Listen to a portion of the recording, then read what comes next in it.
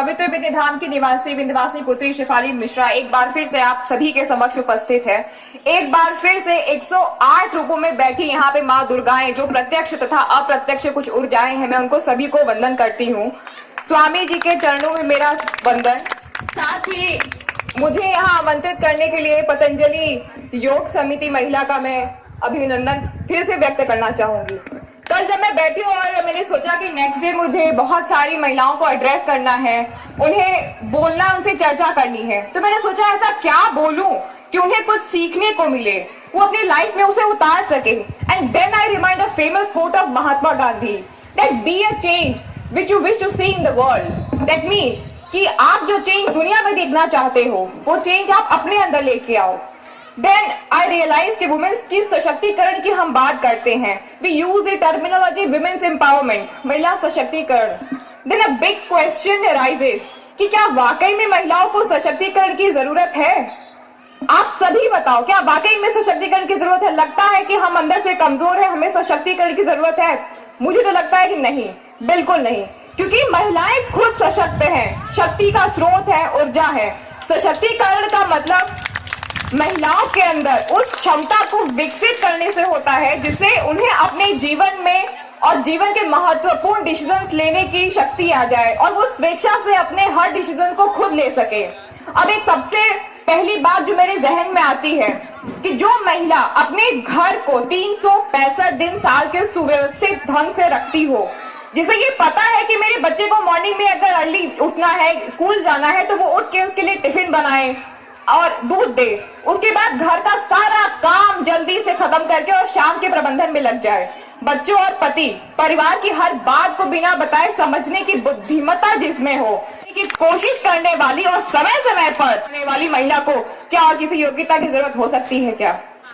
मेरे समझ से तो इनसे अभी कोई योग्यता रखता होगा, मैं इसे मान नहीं सकती हूँ, क्योंकि घर का मैनेजमेंट क्या होगा, क्या खर्च होगा, कितना करना है, फ्यूचर के बारे में प्लानिंग्स लेके हर एक चीज, और ये एक दो घर की नहीं, मैक्सिमम घर की बात है, हाई क्लास हो, मिडिल क्लास हो या लो क्लास फैमिली की बात हो। सशक्तिकरण से ज्यादा जरूरत हमें किसी और चीज की है, पता है क्या? कोई बता सकता है यहाँ पे कि सशक्तिकरण से ज्यादा जरूरत हमें किस चीज की हो सकती है? कोई भी बताना चाहेगा? कोई बात नहीं, हम हमेशा डिस्कस करते हैं महिलाओं की प्रॉब्लम्स के बारे में, उनकी समस्याओं के बारे में, लेकिन उनके सॉल्यूशंस के बारे में। हाँ, आप कुछ बोल रही हैं, बोलिए।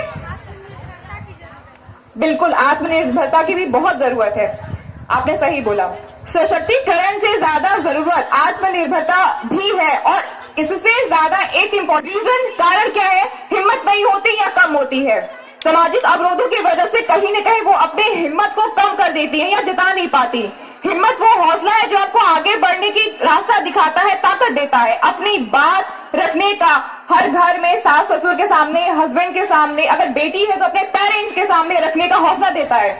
सोसाइटी में बहुत सारी ऐसी लेडीज हैं, वुमेन्स हैं, जो सिर्फ हिम्मत की बदौलत आज पहचानी जाती हैं।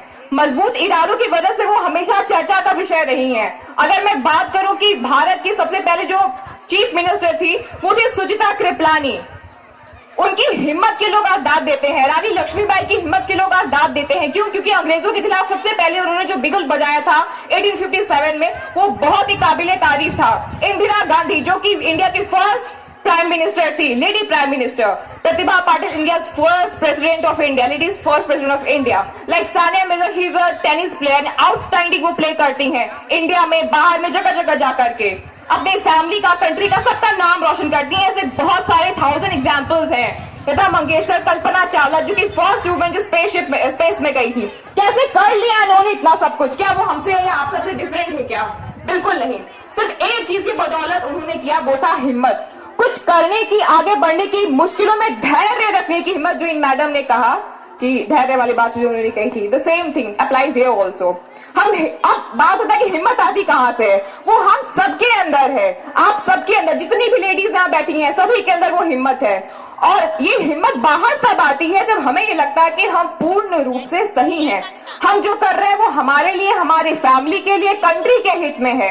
सभी महिलाएं अपने में सशक्त हैं, जरूरत है बस हिम्मत जुटाने की, आगे बढ़ने की, अवरोधों के बावजूद भी अपने बच्चों को स्कूल में भेजने की। अगर घर में लड़की के पैदा होने का विरोध हो रहा है तो जो भी विरोधी है उसे समझाने की कोशिश करने की, अपनी बातों को आगे रखने की, याद रखने की, जो व्यक्ति याद रखना हमेशा अपनी लाइफ में कि जो व्यक्ति अपनी गलतियों से खुद से लड़ता है उसे कोई भी हरा नहीं सकता।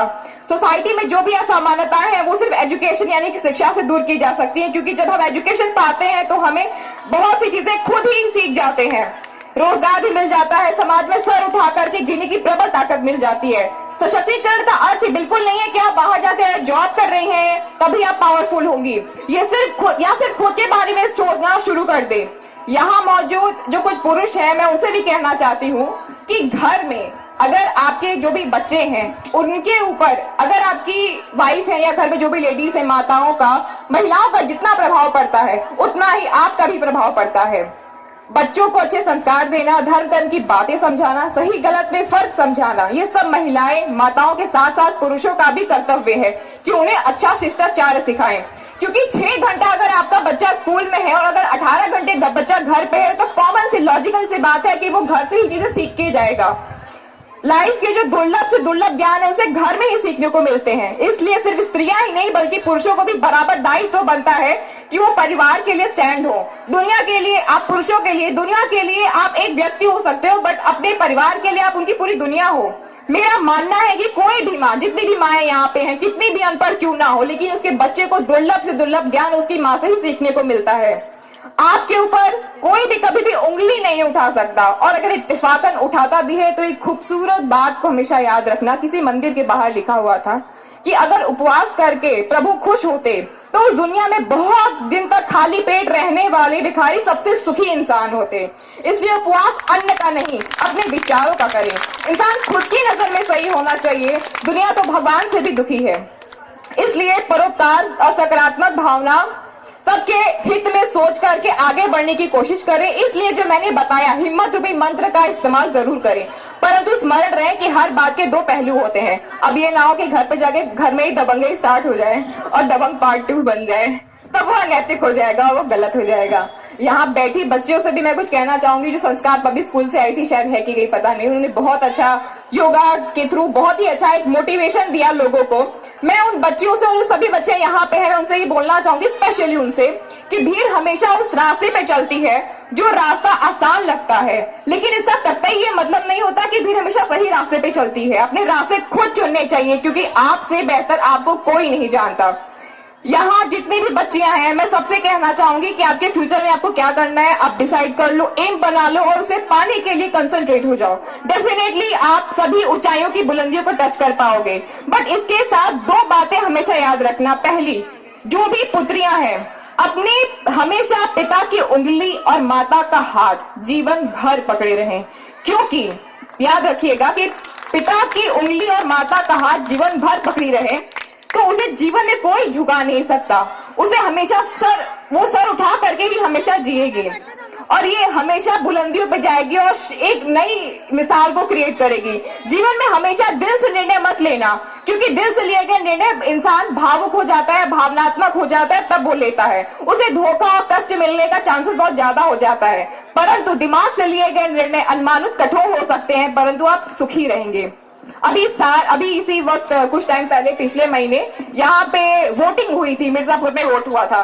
कितने लोग यहाँ पे ऐसे हैं जो 18 प्लस है, 18 साल की उम्र के कितने लोग हैं यहाँ पर? अपना हाथ खड़ा करें। अच्छा, इतने, बस इतने ही लोग हैं। आप लोग 18 ईयर्स नहीं हो?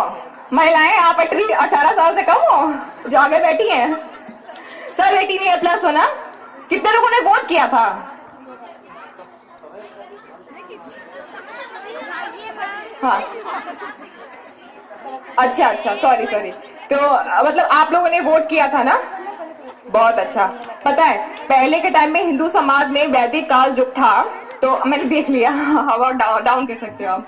तो पहले के टाइम में क्या था कि महिलाओं को पूर्ण रूप से स्वतंत्रता थी, वो अपने व्यक्तित्व का विकास के लिए पुरुषों के समान वेदों का अध्ययन करती थी, मनोरंजन के लिए संगीत, नृत्य, आर्ट सबका अभ्यास वो करती थी।